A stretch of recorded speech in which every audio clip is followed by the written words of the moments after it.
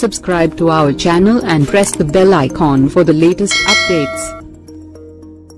Mega అభిమానులకు ముందుగానే సంక్రాంతి సంబరాలు గేమ్ చేంజర్ మూవీతో మొదలయ్యాయి. గ్లోబల్ స్టార్ రామ్ చరణ్ హీరోగా నటించిన pan India political action entertainer game changer థియేటర్లోకి వచ్చేసింది.